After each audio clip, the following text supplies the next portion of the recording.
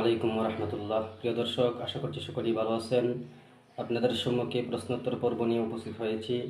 প্রশ্ন হচ্ছে যে গোসল ফরজ থাকা অবস্থায় নামাজ পড়া হয়েছে, 2 ওয়াক্ত বা 4 ওয়াক্ত নামাজ পড়া হয়েছে, পরবর্তীতে স্মরণ হয়েছে যে গোসল ফরজ থাকা অবস্থায় নামাজ পড়া হয়েছে, তখন এই অবস্থায় এই নামাজগুলি কি আবার দোহরাতে হবে? এর উত্তর হচ্ছে,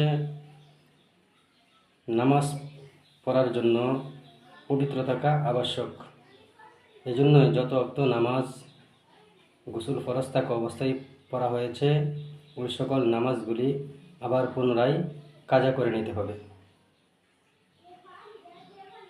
হাদিসের কিতাব সুনানে আবু দাউদ, হাদিস নাম্বার 61।